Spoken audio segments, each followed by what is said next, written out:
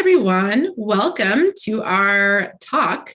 Marissa Mitch here, and I have an alumni of the San Francisco State Early Childhood Special Education Program and current practicing early interventionist, Miss Zorana Katechis-Naiburg, here with us today.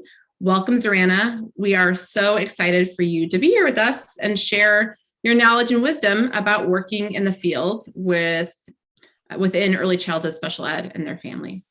So welcome. Hi, Marissa. Thanks. I'm really glad to share whatever I can. And this is a field that is really close to my heart. Wonderful. We're just so happy that you could be here with us today. So why don't we just kind of start off? Can you tell us a little bit about what you've done since you've graduated from SF State? I know you've been in the field for quite some time, so just kind of knowing what your journey has been might be helpful.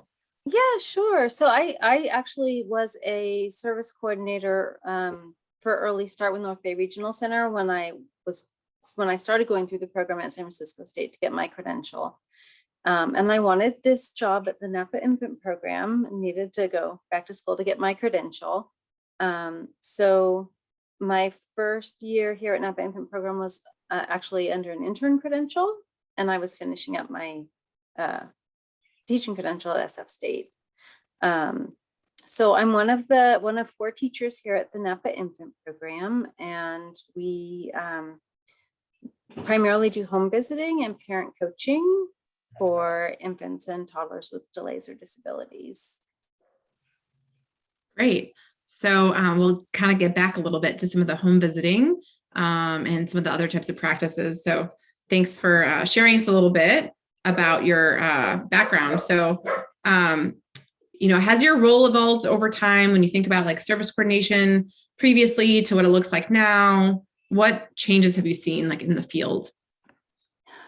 Right about the time that I came in, I had sort of this picture in my head about what it would be like, going in, providing direct intervention to infants and toddlers, and sitting on the floor and playing with things like that. Yeah.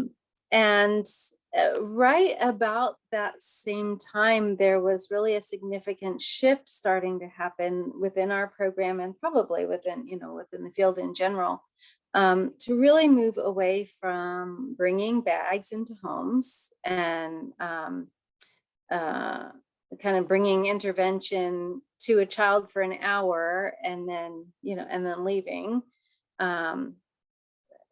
to really using what that child and family have within their home, within their daily routines, so that they're able to practice 24/7, and much less of that direct intervention with that child. We moved more towards a parent coaching model and really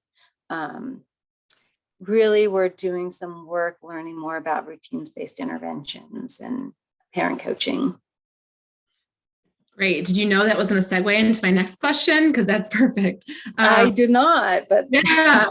So I'm interested. At some point, I want to go back a little bit, maybe later in the conversation about Napa early intervention. But you just mentioned coaching and working with families and this routines-based interview. Can you talk a little bit about that more? We, cover the routines-based intervention in our class, and we talk about, embedded learning opportunities and looking at the routines within the home.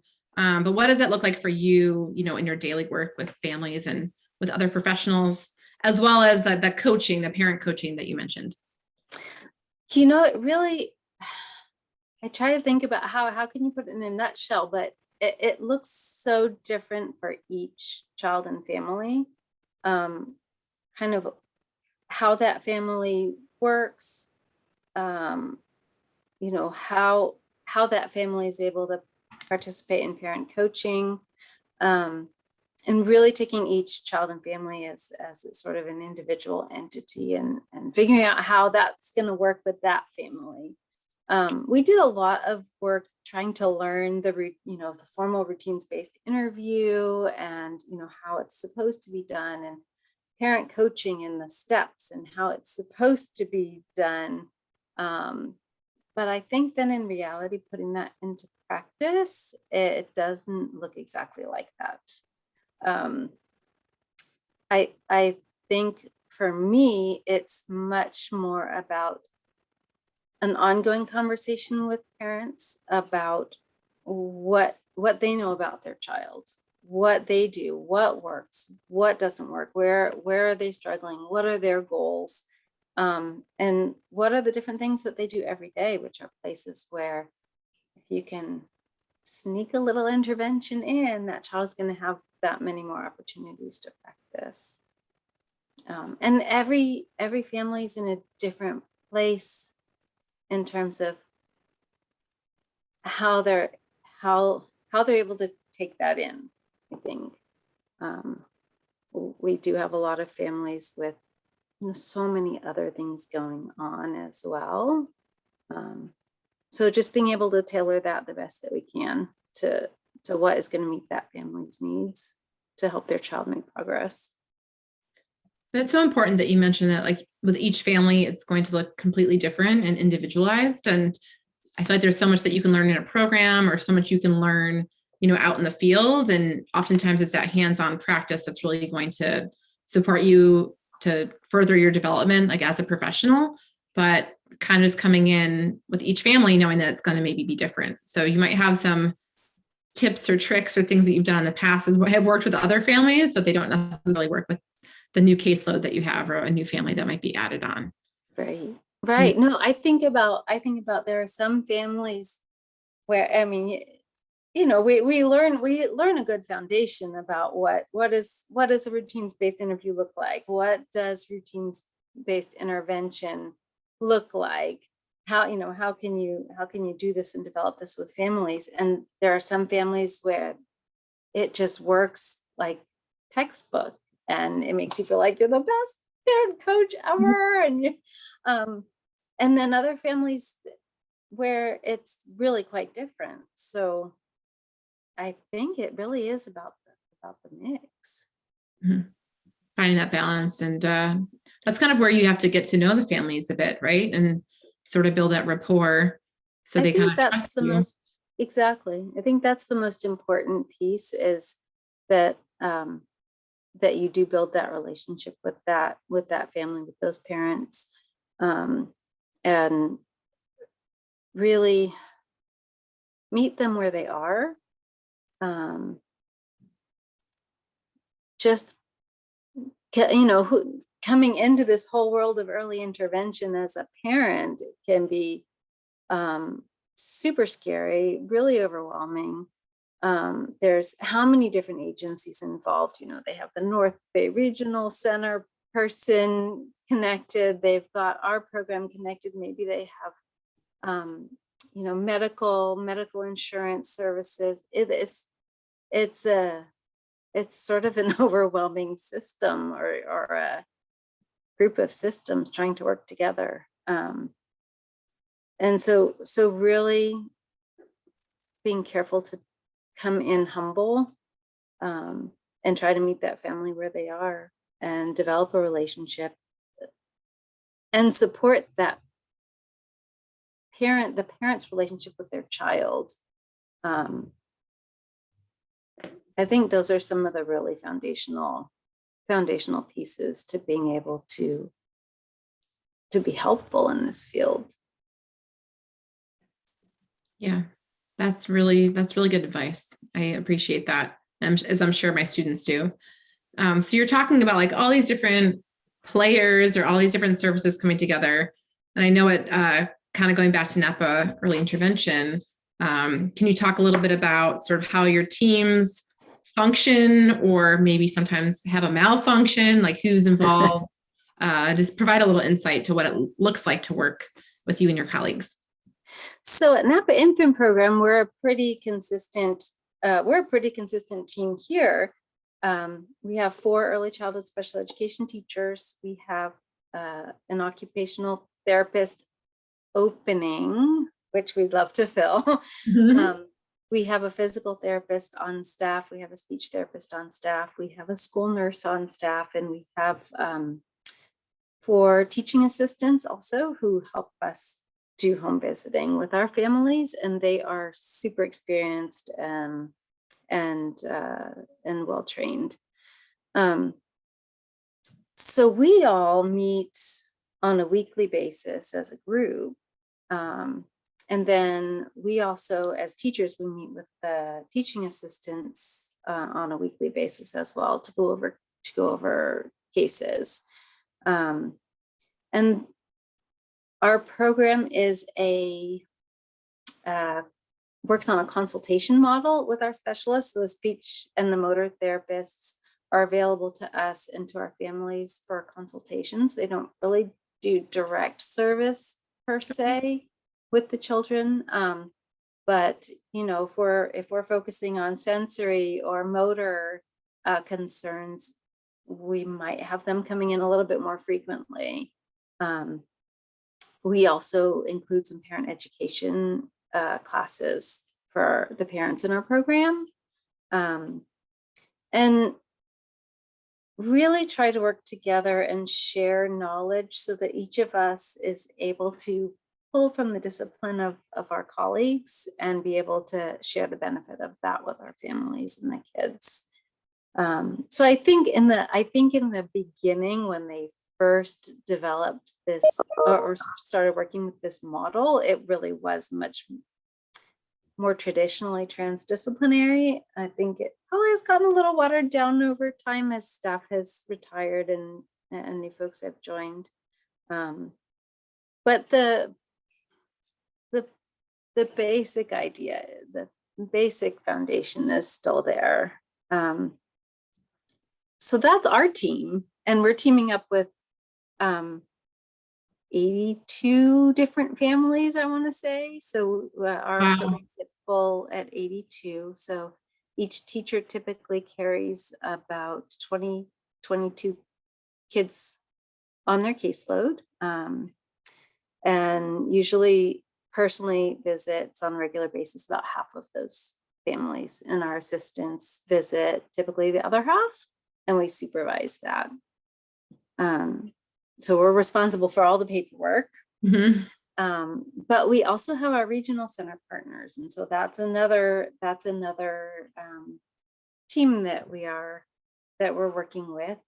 So there's early intervention service coordinators assigned to each of the kids through North Bay Regional Center. So they kind of have two service coordinators, and for any service that our program can't really provide for a child, maybe it is time for them to go get some direct speech therapy services or some other kind of therapy that we don't provide on a weekly basis. We look to our regional center partners to help support that. And then beyond that, at this point, there are medical service providers, health insurance service providers, especially for children with autism, getting maybe behavioral services through their medical insurance or direct speech therapy through their medical insurance. Mm-hmm. And so that ends up being included in our teaming. We also work with California Children's Services. We have a great California Children's Services here in Napa County. And they're really great team players, and we'll share kids with the therapists there as well, occupational and physical therapy. But each child and family is going to have a different team for themselves. So we really have to be flexible, I think, in working with a wide variety of different folks, and different teams for each kiddo. Yeah. And I can see having the need to balance and stay organized to kind of keep track of all this. But I also see the beauty of getting so many different ideas and so many different resources through these other professionals that you're partnering with or teaming with. They've all had different experiences and, working with kids, working with families, background education. And so I just feel like that's wow, that's so much to take in and to be able to learn from others. I think there's such a wealth of knowledge and experience out there, and we do get the chance to get a little bit, I think, from each of the different folks that we work with, and I think that's one of the things that really keeps this job interesting also is that each child, each family is unique, and you're going to learn something new, something different, have to figure out a different way to be creative. So it never gets boring. That sounds about pretty accurate from what you're sharing. Awesome. So we talked a little bit about like the professionals that you're working with, what it looks like with in Napa, where you are. Can you talk a little bit about the IFSP process or meetings? Like I'm imagining, kind of what this would look like, and just to hear it a different perspective, if you can talk a little bit about what it looks like for you. So we do try to get as much of any particular child's team together for IFSP meetings as we feasibly can. Scheduling is one of the things that I didn't quite realize would be such a challenge when I started. But the initial IFSP, we're really developing, what the parents' concerns, priorities, and resources are, what their routines are, what they see as their children's strengths, and what they really are feeling like they need help with, and developing some goals along with the family, and putting some services in place. Mm-hmm. And 6 months on down the line, we need to meet again formally and review those goals and see, or outcomes, I guess you call them, and see document progress. So we'll again try to get as many of the folks on the team together as possible and review how it's going, and do we need to make any changes? Do we need to add any new outcomes? Change services, anything like that. And I think then the last IFSP piece that we do with kids typically is the transition planning meeting. And just really going over in detail what everybody on the team needs to do before that child turns 3 to make sure that they can make that transition to whatever services are next in as streamlined a manner as possible. What do I want to say about that? Oh, that and also talking about, what are the parents' worries? What questions do they have? What concerns do they have? What would they like to see for their child once their child ages out of early start? Mm-hmm. So yeah, those are the 3 big IFSP meetings. Yeah, I know those transitions can be like pretty challenging. Parents oftentimes like know it's kind of coming, but then when you actually sit down and like kind of outline what it looks like, and it's kind of like, wow, another big change is happening because you're going to be moving, to another type of service or different team and whatnot. Have you seen like any consistent like feelings or trends among the families overall? I know it's hard to generalize, but I'm curious, just like if we can share anything like that, of a lot of the feedback that you're hearing from families in that transition process. I think the nature of it is it's just challenging because it is a change, and especially if a team has been with a child from infancy, maybe there's the unknown coming for this parent again, and they're not going to have this team that has surrounded them with support for the last 2 years or so, and they don't know exactly what it's going to be like next. So I think there can be a lot of anxiety,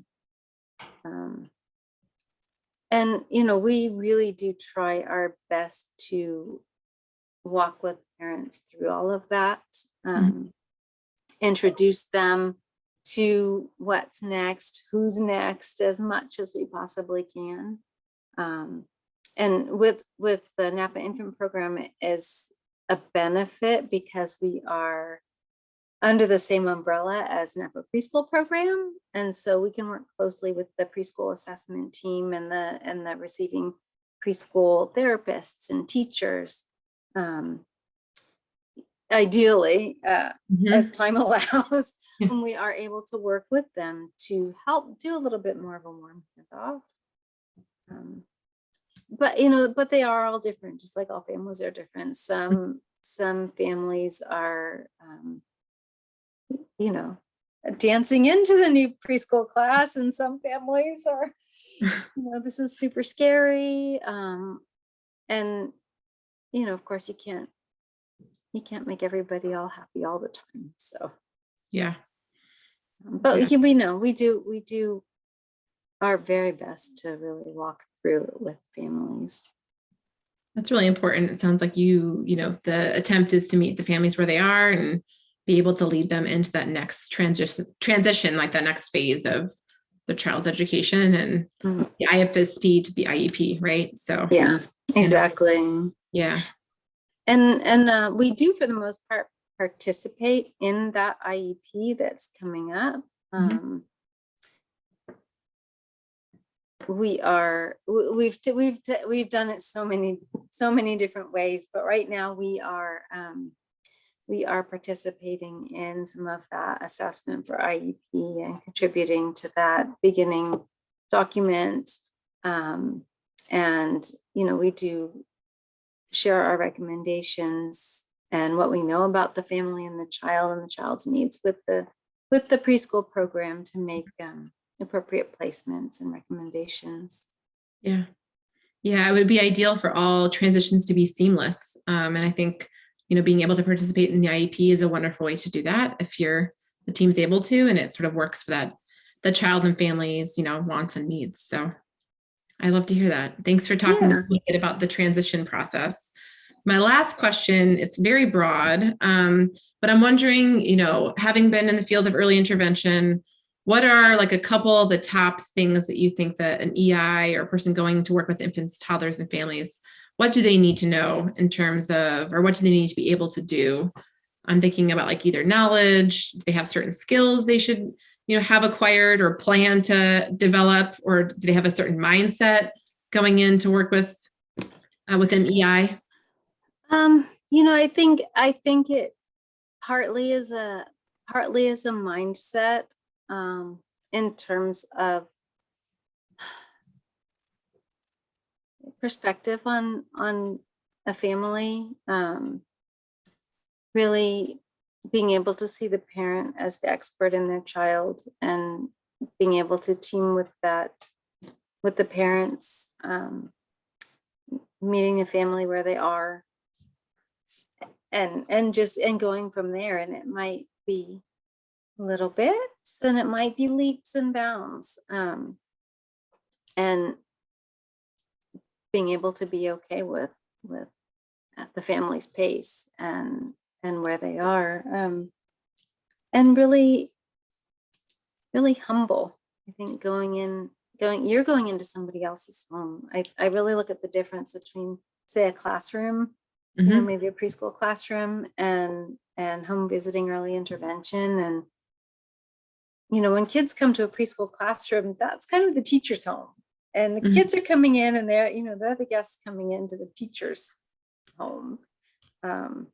But when it's home visiting and early start, we're the guests going into somebody else's home, and we really need to be respectful of that. Of course, having the basic child development knowledge and a variety of tools in your tool belt for intervention, to be able to share with families, how to facilitate language, how to facilitate motor skills, how to facilitate play, how they can weave that into their day. Those are all needed too, but I think if you go in sort of with your guns blaring with an agenda about what this child needs and how it needs to be done, that can really backfire.